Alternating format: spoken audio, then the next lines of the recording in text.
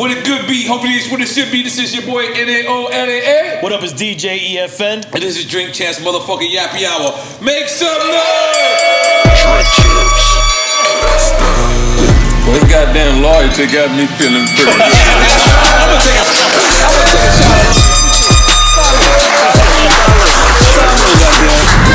So I'm sorry to be all over the place, but take your time. DMX was the hottest at that time. So everyone deals with these discrepancies of people saying, when you sign to an artist, right. When you sign to an artist, was that something you faced immediately, or that's something that I don't know. I was a kid. Like my fondest memories with X is like X an ill nigga. I remember X went to Foot Locker and ain't buy me no damn shoes or whatever. He went in there and bought himself a bunch of shoes and then buy me no damn shoes. And I was his artist when I was a kid. But yeah, you were shorty too, so you wanted shit. You gotta earn your stripes. DMX stole my first piece of pussy that I ever was gonna get. I need to hear this story, sir. So first in your life? Yes, I almost lost my virginity, but DMX stole my pussy. That's a so it might as well be. Sounds like a Yonkers nigga. So we're in Toronto, Canada. I'm with him. He's filming a movie with Steven Seagal, Exit Wounds. We're out there. We going crazy. Like, X is on top of the world. So we go to this club, because you know X love to play pool. So he bought out this whole little club and had bitches. Like, it was like we was the only niggas there, but it was full of bitches. So X was like, yo, you know what I'm saying? Do you, shorty? You know, I like that little look for you. I'm upstairs. This is my first time, like, finger fucking a girl. Like, I'm finger banging a girl inside the club, like, smelling it, scratching, sniff, getting my whole little vibe on. We get back to the hotel. We staying at the Sutton Place Hotel. So X had the big penthouse suite. I don't know, for some reason, because I was his artist, he put me in, like, the regular room right next to him. So you know how this shit go. I'm in an entourage, so the artist, you know, X drive like a madman, so he get there before us. He go upstairs with his vibe or whatever. I guess his vibe didn't work out. I stayed in the car for the rest, for like Ali and all the other people to like take me upstairs. I go upstairs. I'll never forget. I mean, I think it was me and PK. You remember PK that made beats from Rough Rider? Yeah. We go up. I get off the elevator or whatever. And I got the girl with me. I'm talking about, I'm literally putting the key inside the hotel door and X room open. He like the nigga's like a dog for real in real life. Like the nigga, he opened the door as soon as I'm walking in my, he like, yo, hey Ma, I think you left your purse in my room. Mind you, we met these bitches at the club. He ain't never been to his hotel or none of that shit. The bitch goes in DMX room and he took my first piece of pussy. God damn it. Make some noise for that. I bet you that chick somewhere needing a beat right now. She probably need a hitmaker beat in her life right now. Man, God bless her. You missed your blessing, baby. You missed your blessing, baby. What a way to go through puberty with DMX. Man, this shit. I forget. I'm forgetting. This is an interview. This shit is more like. No, this is family gathering. This shit is like. It's family gathering, bro. If you're ever gonna try what I'm drinking, listen, you're welcome. Can I say something? Yeah, please say something. So I've done interviews in my lifetime, but N.O.R.E, he is a special one. Yes. Because he know how to like get you right, and then he gonna get all the right shit. Yeah, and then he's gonna come, but it's gonna come in like, and then it just. With a question, you look at him like, damn. So you're not mad at him, but you're like, that was good. That was like, you know, like Jordan, he got a certain way that, you know, even the man can bounce and turn around and still, like, you know what I'm saying? This man N.O.R.E just came with so much shit, and then while you doing it, after like some shit, like a theory or something, you take a shot, and you're like, fuck it, you taking a toast of some shit, you don't even know what the fuck going on. So it's like, then you're like, yo, then everybody cool in the background laughing and shit, then you're like, oh shit, this camera's on too. So I'm trying to figure out what we doing. This is some new shit. Now, it's some new shit I'm experiencing. Nah, you know what?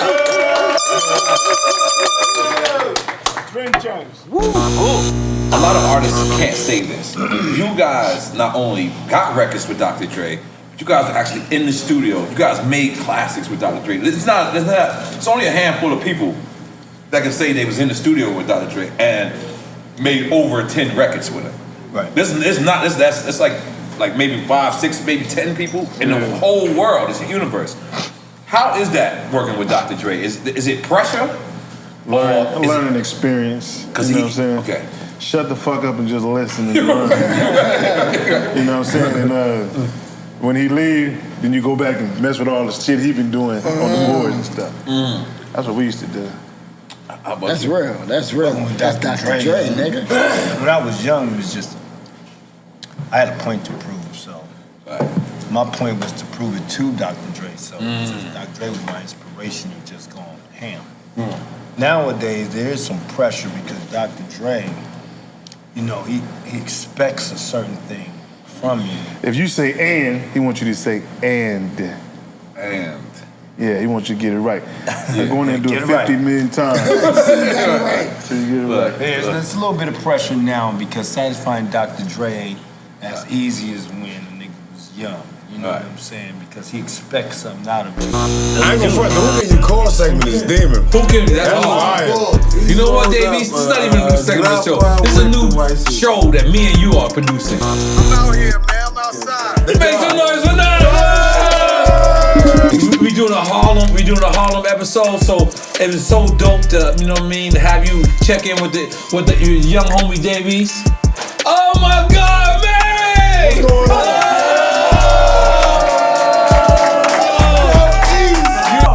Oh shit, Davies, you might have won. Killed that. I got that. Who can you call? My phone at.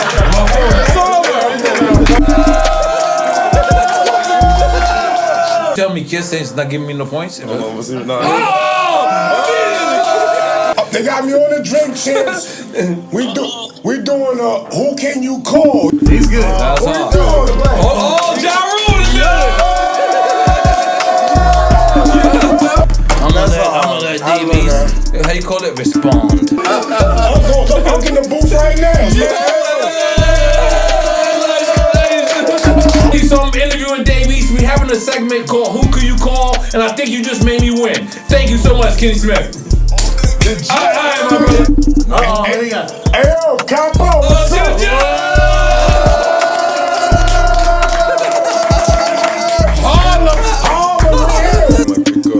You gonna make it urgent? How do you do that? Make it urgent. You gotta keep calling. Oh, we got switch. You pick up for N.O.R.E. Everybody make some noise for Method Man. What's going on?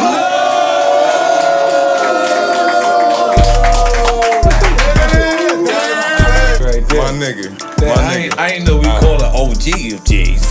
Yeah. Oh shit, DJ Khaled. That's what I did. No!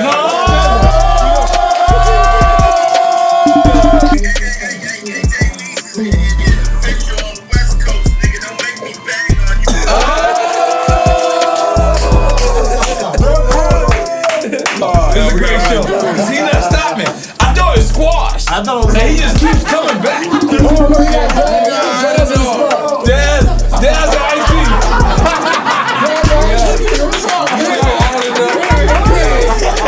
Look, see how this shit don't stop? I'm sneak dissing. What you calling, bro? But we literally had Ice-T, Snoop, Mary, Nas, Kiss, Meth. That's like they all pulled up. It's never I was so scared to call. The show's 4 years old. Hey, yo, Slimy should have called him. Call him. You the one, though. This shit would have. Black is king, baby. You know what after this shit comes out, everybody's gonna be like, yo, call me, watch. No, Black is king. What's up, it's DJ EFN, Drink Champs. Right now, you're about to catch an inside look at our first Quarantine Champs episode. Let's go, come on. Quarantine Champs. I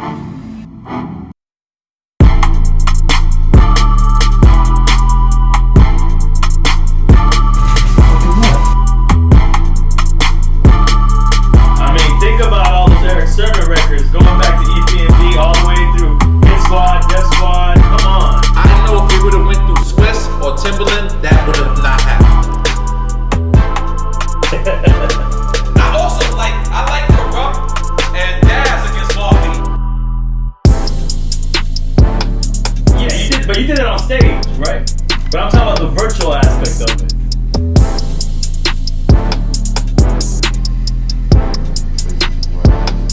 One love.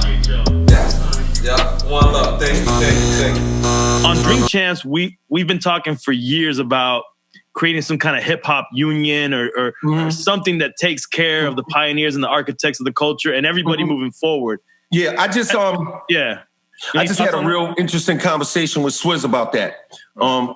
You know, on my IG Live, I do this thing, you know, every day at like 5 o'clock. We talk 5 o'clock East Coast and West Coast, and we talk. And me and Swizz was talking about, you know, Swizz was saying that, you know, he wanted to raise, you know, $100 million to, you know, to take care of some of the founders and the pioneers and the medical and the things that are important. And I have to agree with him. I would definitely donate to something like that. Obviously, you know, it has to be, you know, transparent and it needs to be vetted and taken care of, which I know it would be. But I'm in agreement. I think that the pioneers definitely need to, and the founders need to be looked after and respected. That's why I've decided that, you know, I told Swizz and I made a pledge that as I build Rock the Bells, and because it's going to be a lot bigger and a lot more to come than what you guys are seeing now. Right now, you just kind of hear the radio station and you're not sure, but there's going to be a whole platform and thing that's coming. I'm going to give a piece of Rock the Bells as a company. I'm going to make sure that some of the founders and the pioneers have equity and have a piece of this and have ownership in it. I'm going to do what I can and make my pledge to keep moving the culture forward and keep contributing and keep giving. So yeah, I'm with Swizz 100,000,000% on that. And I also just think, so you know, we started that 4 years ago. Well, not only did you start the conversation about it, but it's the right thing. Like, listen, each iron sharpens iron, right? Yep. And any good idea you have is going to go to another level. And I think that you should take credit for that because you have been giving the guys their flowers and bringing people on, proving that people still had viable fan bases, even though they weren't at the top of the charts at the moment. And I think that you've been very instrumental in keeping the culture moving forward and keeping our, you know, like my generation, you're a little younger, but my generation and your generation connected to the people that they love. So, you know, I respect that 100%. So yeah, I'm with Swizz on that. I think it's great. And it's not to knock the youth, like the youth and the new generation of artists like the Offsets and the Baby and, you know, and Tory Lanez and, you know, Lil Baby and NBA Youngboy and all of the different, they have the right to succeed and have success and get their paper and be kids and live life. They got that right. But as men, as we grow up, we got to think about some other things too.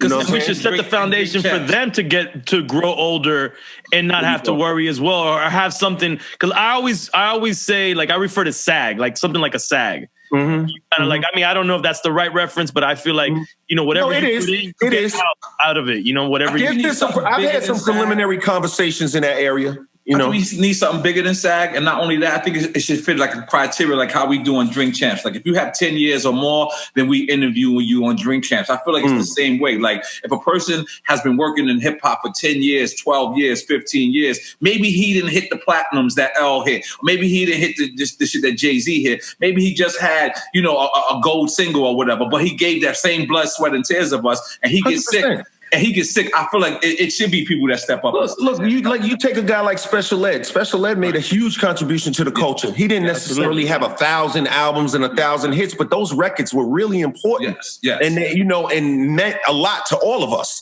Yep. So, you know, like, yes, absolutely. Rob Bass, guys like that. Like, listen, like, it's not, you know, everybody's not going to have hit after hit after hit, just like everybody ain't going to have 20 Grammys. You know, some people get things happen and you get a run and it is what it is, but we should look out for everybody. You know what I'm saying? For sure. And guys, and this is where I think where I think a little differently also is that not even just the pioneers, but like I said, even the younger guys coming in who aren't thinking about having insurance or having this or having, look at COVID-19, how it's hitting people and maybe they weren't prepared for it. And they were an artist. If as a culture and as an industry, we said, look, this is what you can pay into the minute you get in, and then you have insurance and you have. You know what? I think what you're saying is right. I think you know, I think that that's there's a bigger conversation that needs to be had about that. I think that that's something that really needs to be thought about. You know what I'm saying? Like the whole idea of putting something together where there's, you know, financial literacy, where there's insurance, where there's some sort of annuity thing that, is deducted from royalties, where there's something that kind of, gives the youngsters an opportunity to have something. So when they finish going through their gold chain Rolls Royce phase, they got something left. If it wasn't, in a lot of ways, if it wasn't for him, it wouldn't be a Capone and Noriega. I'm honored to be celebrating 25 years. Congratulations. One of the most greatest albums. One of the most greatest albums. That's why you heard that. I told you I was supposed to pop it. But we celebrating for you right now. We gonna have a drink. God damn it. Don't make the noise for the HAB.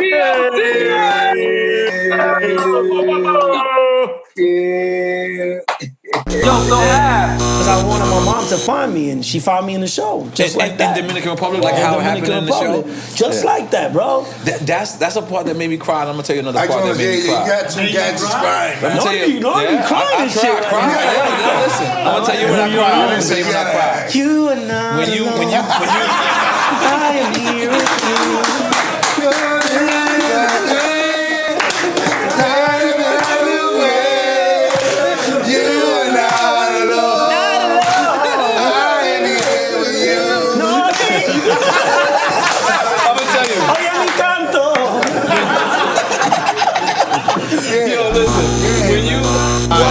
But let me correct you though. I'm gonna give you a story, man. Let's go. Jail. Let's go. Yeah. Right? Exclusive. I unbutton this shit. It's on. Listen. So I like DMX, real shit. I watched DMX. Shout out to my man Den 10. Right? Shout out to Den 10. Den 10. Growing up from Harlem, we used to run around. DMX, he lived around our hood. Like they had put him like in his building to chill out for. He had a dog. He had his dog, right? Boom, right? So he battling on the corner now, mind you, battling all the niggas around there, right? Hold on, he battled Den? He battled Den on the block, on 121st, right? 7th Avenue. I don't even understand how classic that is, but get right? He battled him, and the nigga, he do some shit like, horns to the right you. That's all I remember. The horns to the like you. Some horns to the like you. Be careful. Texting my dog, she might bite you. And then the dog, he go, like, shit. No, look. Then the dog, he said the dog, she might bite you. Something with him. And then the dog growled, he's like, chill, ma, let me get him. And then,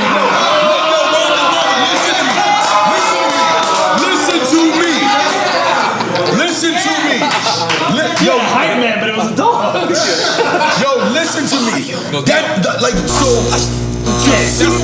No, guys, it's okay. Listen, guys, I cut myself. My barbers cut me shaving, so this little white thing is a little thing. It's a bagadang. I got the mic, and I jumped on the stage, and I said, "Where's Nas?" Wow. Nas jumped on the stage, and I did my verse from a song called "Set It Off." That was on one of Poet's albums. And Nas did his verse from Live at the Barbecue. Wow. So I wasn't even on, and I still was showing love. That's how we was. You know what I'm saying? So I opened up for Eric B. and Rakim at the Apollo. Wow. So all this stuff, Steve needed to chill, because he didn't do his research. Right. He didn't like me. He took things personal, even with he took things personal. Like, you know what I think, Mag? I'm sorry to cut you off. And I'm not defending him, but what I think was he was invested in Nas, and Nas, that's it. Anything came around or disputed Nas, he just didn't want nothing to do with it. He in that same show, he told me he hated on me to my face. He said, "I thought you ain't go hard, N.O.R.E." Yeah. He said that to my face. So. Well, I'm gonna show you just how. Okay. I don't know what this is, but I'm in. Complex Magazine interview with Steve Stout. There was an interview where Cormega saying There was an interview where Cormega was saying that you had a role in him being kicked out the firm. Here's Steve. He was never in the firm, man. He should have never been in the firm. Believe me, he wasn't. He and Nas truly didn't get along. You coming with receipts? Hold up. Time out. Even when Nas was shouting him out on One Love, they weren't cool. That was cool. He just got out of jail. It took him a while to get acclimated to what was going on. Time out. Let me fix this right now. Yeah. First of all, One Love came out, Steve, you wasn't even in the picture. You was not Nas' manager till it was written. When One Love came out, I was in jail. I was there when Nas Whatever met you. Omega, you still all y'all together now. Yes. Yes, Steve Okay. wasn't around. Okay, I was there when Nas met Steve. So right now you're giving the impression that you was there. You wasn't. He's on fire. Even when Nas was shouting them out on One Love, they weren't cool. That was cool. He just got out of jail. No, I didn't get out of jail. I was in jail. That's why he said One Love. One Love is a term of endearment that people write in jail. Right. When I was writing Nas from jail, I would write One Love at the end of my letter. Okay? Now, shall I continue? Yes. That was cool. He just got out of jail. It took him a while to get acclimated to what was going on. In a business sense, he said in a business sense, and his manager at the time, a lot of different things. And your manager at the time was Chris? No, time out. He said in a business sense, and his manager at the time, Biz? a lot of Your different manager things. Biz? Yes. Okay. Now listen to this. Okay. They didn't like Biz. Okay. Biz wasn't seasoned. He was new. But there goes arrogant Meg again. I gave somebody from the project a chance to be my manager. Wow. There goes me showing love, as usual. So Biz didn't have the business savvy of a Mark Pitts or a Steve or a Chris. But he was somebody from the hood that I was trying to give a chance to. Man, a Screw. But Screw, you know, Screw was a real intelligent, unique guy, man. Wow. Even in the midst of lean. Wow. You know what I mean? I had the opportunity to meet that brother. I have to tell this story, right? Please tell me. He's a legend. You know, DJ Screw, I ain't never told this story in no interview. Yes. But DJ Screw, when I met DJ Screw was being extorted by an artist that was connected with me, and I didn't know nothing about the extortion, but I was the one supposed to be extorting it. So because of your back in that. Yeah, DJs. He was paying an artist, right, a monthly. No, real shit. Because they was connected to you. Yeah, because they were scared of you. This is Jay Prince money, nigga. Come on. I'm just playing. The artist was telling him that I had an issue. So after he and I had the opportunity to get together in my office, I'm looking at the staff, right? And then he said, looked at, he said, man, you ain't nothing like they say you are, right? So I'm like, what you mean? And he broke that shit down to me. He said, hey, man, had you been getting your money? Right? I don't know nothing about your shit. Like a lot of shit go on, you know what I mean? That I don't know nothing about that I get charged. So, you know, Screw I end up falling in love with Screw, man. You know what I mean? But I just had to say that shit. You know, ain't That's much more also to say an about artist was extorting him. Using your name. Yeah. Holy moly, guacamole. I'm not going to ask who the artist is. As much as I want to ask, I'm not going to do it. I'm not going to be able to do it. Let me say this about him. He dead. Oh, okay, God bless. We're going to I didn't have nothing to do with that. All right, but he not here no more. God bless. God bless. Rest in peace. Rest in peace. So. You got companies out here selling clothes for $1,000 and people getting 10 cents an hour, but I ain't say that. That's crazy. You know what I'm saying? Like, it's just like, man, N.O.R.E, bro. You got niggas out here saying they Muslim with a cross on their neck. You got people that saying they Jewish but charging interest to people that you know can't pay it. But in the you know what I'm saying? You got black niggas that say black power but they'll shoot a op.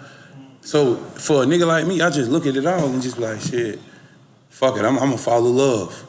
I'm gonna be lame and lame. You gonna follow love? No, but I'm dead ass serious, but that would change. You know what I'm saying? Cause Gemini niggas, we jump everywhere. But for a nigga like me, I just move in love, bro. So I know, bro, if I get popped today and go anywhere, I know I'm going to heaven. I know for a fact I'm not going to hell. I ain't do nothing hell bound ever. I don't lie to niggas. I ain't capping. I don't have to lie to get money. I don't give a fuck what you making, bro. Cause if I'm in your pocket, nigga, I'm ready to rob you. Right. So anybody in your pocket want to know what you making, you better believe they'll rob you. So I don't want you thinking like that, because I was with all that shit and I grew up around it. So I just do shit out of love. You know how many niggas try me and say shit every day that I hate sometimes? And you in the mall, hey, guy with your frame, why you playing football? Who, you play football? Wow, that's disrespectful. It's fuck, nigga. I'm a big black guy, so I gotta play sports. I like to keep my mind together. But I love to show people, especially in this society, for the bitch-made motherfucking pussy boys, to be honest with you, that instant gratification does not exist. So therefore, to be 15, I've been 20 years in the game. You've been in the game, what, 25? something like that. 97, since 97. I don't know so that. 1923. Yeah, so there you go. you're 23 in the game. I've been in this since 99 was my first contract with Luke.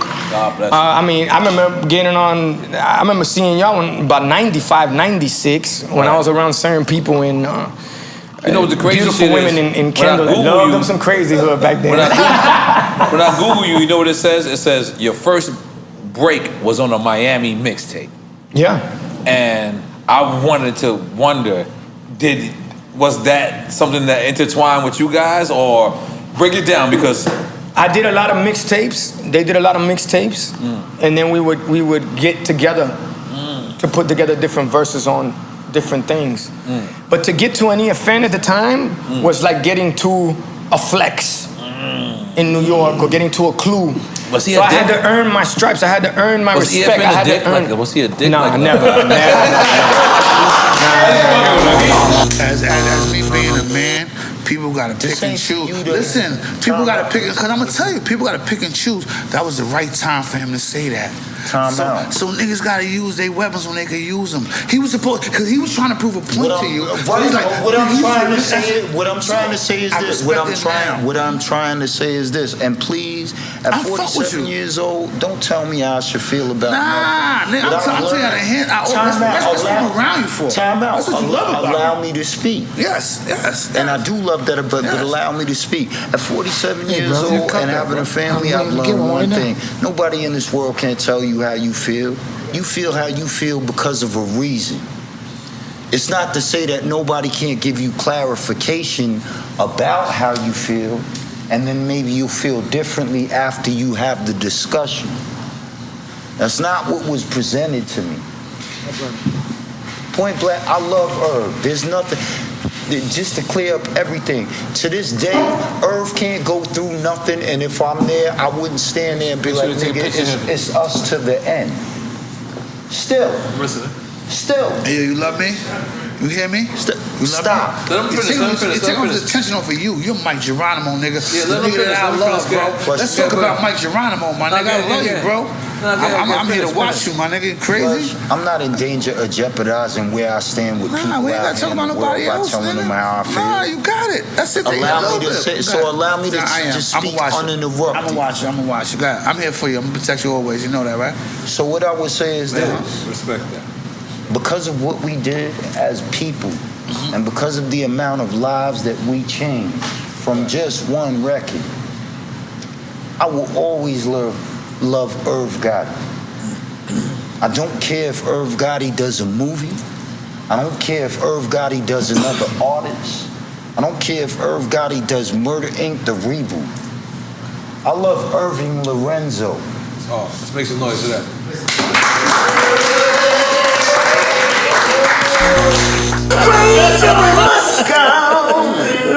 All that pussy. Let me see. That's an Audemars? This is an ought to be. It ought to be a Audemars. It's an ought to be. You gotta order B, order. Yeah, this is like at least 40,000 less than Audemars. Yeah, I paid $350 for this. This is ought to be. It's at least 40,000 less than This is ought to be. Maybe I ought to be.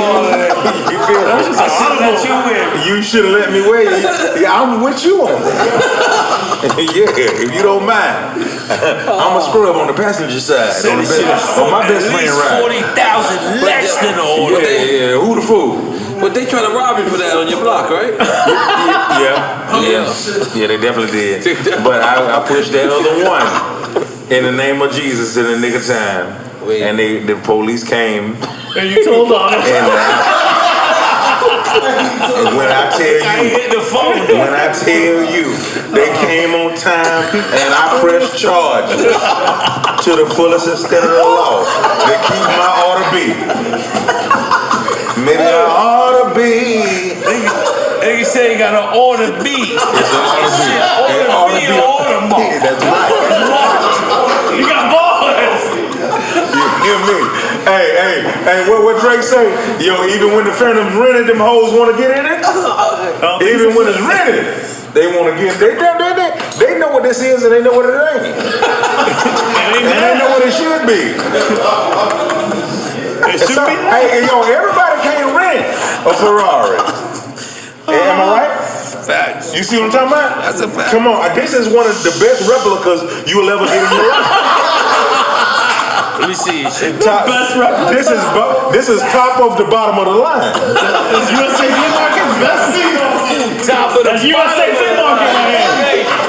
I'm not even gonna put that on USA. It ought to be. He say he got an order B. It ought to be real. It ought to be real. The ring. Oh no, the real is actually a ring. The real is actually a ring. The ring is actually let me tell you something fun fact about the ring, right? This ring was bought by DMX. To my man, his name he was going by Butt at the time. He was his Kenny Butler. Kenny Butler. Oh, okay. How you get Kenny Butler's ring? He became my personal assistant, and when he owed me some money because I advanced him, and he didn't have nothing to cover it. And he gave me the ring, and I gave him Can I hold that ring for a minute? I just wouldn't touch it. I just want to see. Man, tell the kids, man, you gonna give me my shit back, man?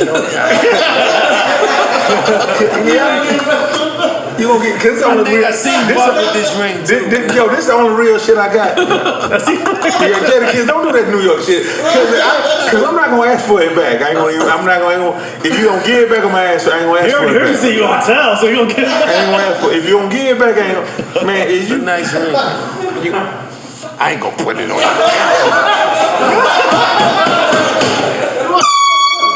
Yeah, what they trying to do? Get it He want you to get on one knee. That's how you ain't know what was going on in your crib.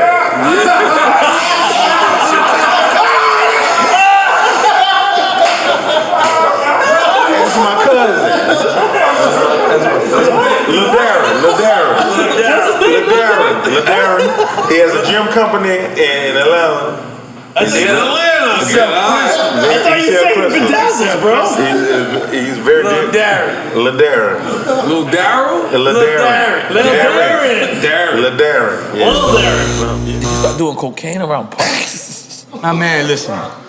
I've been doing cocaine since I was 15 years old, N.O.R.E. Ain't about nobody, ain't nobody's other story, N.O.R.E. We're not going there. Me and you have been in situations that we might not want to speak on. No, I just okay.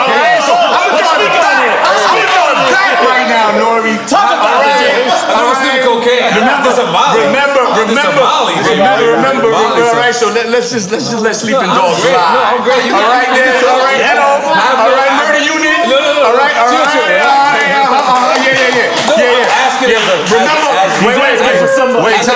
Wait, let's remember whose records got played on Hot 97. Let's remember whose records got back on Hot 97. Yeah, and they banned me. This is very true. Yeah, we going to that as well, James. We're going to that as well. We're not going there. You don't want that. We're going to go to the nice version. Okay. All right.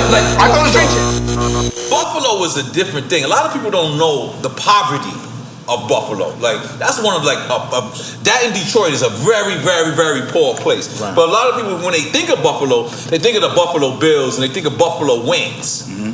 Y'all motherfuckers are selling cocaine.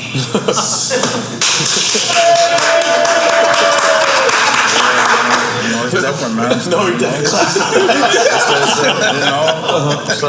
a hood everywhere, man. It's a ghetto everywhere, and man, it's just. We just wanted to bring that feel, man, our aspect, you know what I mean, of the story of the streets, man, how we do it up our way. So, you know what I mean, we just always focused on that, being ourselves. I respect that so much, and I respect y'all because, please pop that. How y'all stayed true to the game. Like, y'all could have tap danced and did all that. Like everybody. You didn't follow what nowadays people was doing. Yeah. What made you want to keep it so true? Honestly, just having confidence, man, in our shit. Like, we knew, like, shit, our shit was ill too. So it's like we could be ourselves, and you know what I'm saying. And we kind of live that lifestyle anyway, the shit that, you know, niggas be rapping and snapping about, but we just do it a different way, man. Like you said, we from that vein of like y'all niggas, you know what I'm saying? So we just try to keep our shit official like that and just be ourselves in the city, you know what I mean? Goddamn, I respect that. Make some noise for that. Make some noise. Now, Trash, you got a very, very rich history now. What I mean by that is, Marley Marl came on here. Marley Marl said, in a lot of ways, N.O.R.E, like, I made Drink Champs. And he was kind of. I remember him saying it like he didn't that. say it like, I put a lot more on it. I put a lot more on it. Put some sauce on it. Put some sauce on it, baby. But he was kind of like, yo, if it wasn't for what he did, maybe I wouldn't have been here. In a lot of ways, he's right. So I want to take it from you from the beginning of. Because Queensbridge just seemed like, you know, honestly, now that I'm living it, but I didn't realize how rich I was having a Queensbridge affiliation. Like, I didn't realize that till I actually became a grown man. No, for real, I know you laughing. Stop. But, you know, let's think about it. Yeah. You really had MC Shan, Marley Marl, Roxanne, Nas, you, Havoc. Like, y'all all from that. Like, this is crazy. So how did you know what to do? Like, how did you know to get at Marley? I just look at it like this, like, you know, I had a circle around me that helped set the standard for what I had to do. You know what I'm saying? As long as you got certain elites around you. Tragedy, bro. Yo, where my drink at, man? Hold on. You talking. Come on, man. Drink some Ace of Spades, baby. You know what I'm saying? You know what I'm saying? Let me give you some Ace of Spades. Hey, Sean, I'm over there. I see you with a bottle of Dom Perignon. I'm telling your uncle. I'm telling Jay-Z on you, bro. Let's go. Taking a shot? Shot. You want to get the shot? I'll do a shot. You get to the shot. Let's do a shot. I'm going to do a shot. Because I sipped I sipped the motherfucking, what do you call it? But we ain't got, I'm black. We ain't got watermelon? No. I like the watermelon. I'll take some fruity vodka we got. Nothing fruity? What? Okay, right, yeah, I'm in. Yeah, because you know, I don't know if y'all know, but this show is about celebrating. Yeah, and Trash. I want to get you back to that, but let me just give you more flowers. Let me give you more flowers. In case you didn't know how much I appreciate you, like I really do. You know what I'm saying? I know me and you, we like each other sometimes, so we bump heads. But just in case you don't know, if it really wasn't for you, I really wouldn't be here. Like, you actually pushed me, you gave me the battery on my back, and you helped me mold to who I am. So in case I never told you that to your face, I want to tell you that to your face. And I know you know that, bro. You know what I'm saying? I want you to know that. That's an artifact. That's an artifact. So I can continue. Yeah, like I was saying, man, it all boiled down to me having a certain kind of standard around me. Right. You know what I'm saying? Just like once I got that standard from them, I was able to alley-oop that bag and alley-oop that standard when I start moving with you. You know what I'm saying? I might have been, you know, a little aggressive with my approach at times, but at the same time, I'm around G-Rap, I'm around Kane, and these dudes at that particular time, they sharks. They assassins. Yes. So I knew I couldn't be the little dude and get drowned out. You know, we're not having that type of aura. So, you know what I'm saying? I had to get in. You know what I'm saying? So it was definitely a learning experience and a good alley-oop for me, man. And I appreciate, yo, like, even to this day, I always give G-Rap Kane a backwards karate chop. Marley give him a backwards karate chop. Because they help, you know. Because that's like difference. Because, like, see, him in Buffalo, there is no other artist from Buffalo, right? I mean, there had to be somebody. It's been other artists. They got unsung heroes, man. Every city. You know what I'm saying? He was one of the, you know what I mean, the elder statesmen that was just nasty with his pen and doing this thing in the town. So it was a lot of artists. It's a lot of you got your great artists.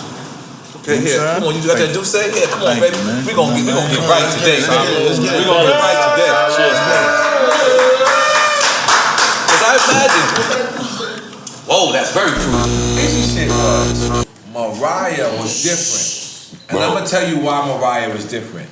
Because it was your turn, in my opinion, looking from the outside in, not to be selfish.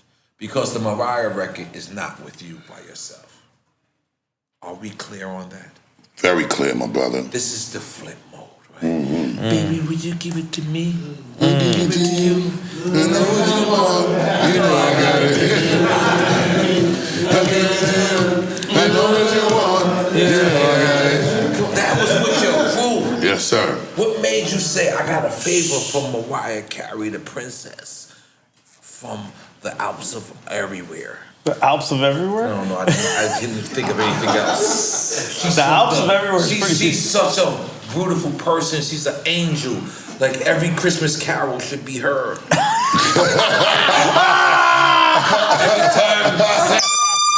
time Santa Claus comes to see you. She needs to use that as well. Every time Santa Claus comes to see your kids, in my mind, Mariah Carey's driving the sleigh. EFN. You know, but you said to yourself, I can take my Mariah Carey favor dolo. But you said, let me put my crew on. Let me be honest. I made the record with my crew before we called Mariah. Because she was plan B? No, she was never plan B. She was always plan A. Okay. But see, the collective of all of us was the plan A. Right. If the collective of all of us didn't work, then I would have had to create a plan B. Was Tupac almost in the Goodie Mob? Yeah, he was. One time, man, we was in the warehouse. Goodie Mob was about to perform. His publicist walked up to me and told me that Pac was trying to get with us. You know, say he wanted to do some music. He was trying to see what he could do to get with her. He was in jail at that particular time. She gave me all this information. He was in Clinton at that time. So, you know, we were just, I don't even know how much we even discussed it because it was just so surreal, you know what I mean, that how we gonna get you out of jail? You know, we didn't know nothing about that. I'm talking about less than a month later, he was signed to death row. You know what I mean? He called the office. Wow. He was looking for some family, man, somewhere to belong and somewhere to be safe, man. You know what I mean? Some good people. That's crazy. Imagine. That would have been the. Cause I imagine y'all kids too at the time. Yeah, still. So y'all ain't know how to handle that situation. Y'all ain't know how to react, or did y'all? We did, cause he was a comrade. Okay. You know what I'm saying? And we would love that. We would have loved to have him on board. For real. And so he asked to actually be a part of Goodie Mob?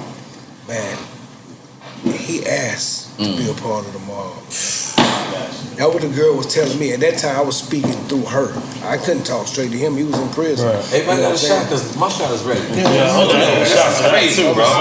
This is crazy. So I and remember, listen, we going right back to Tupac. Jeez, this is deep. Hey. Cheers.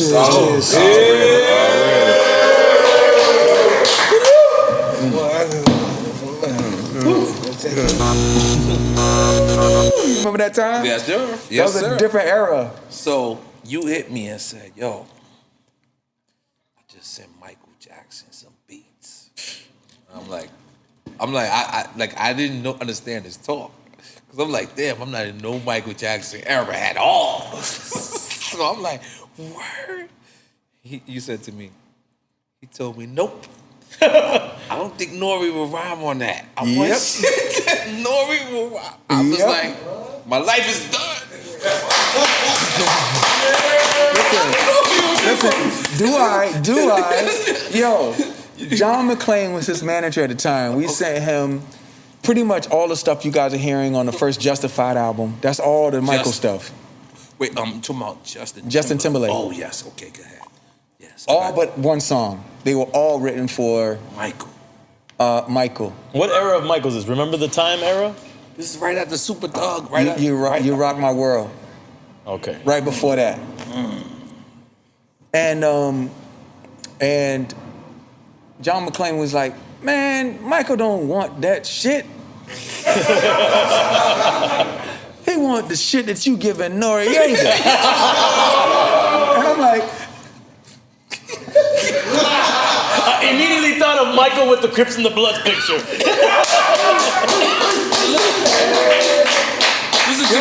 Yo, no bullshit. He was like, yo, he want that Super Thug. You know? Oh, what's that other one y'all just did? Oh, no. Yeah, that would have been a crazy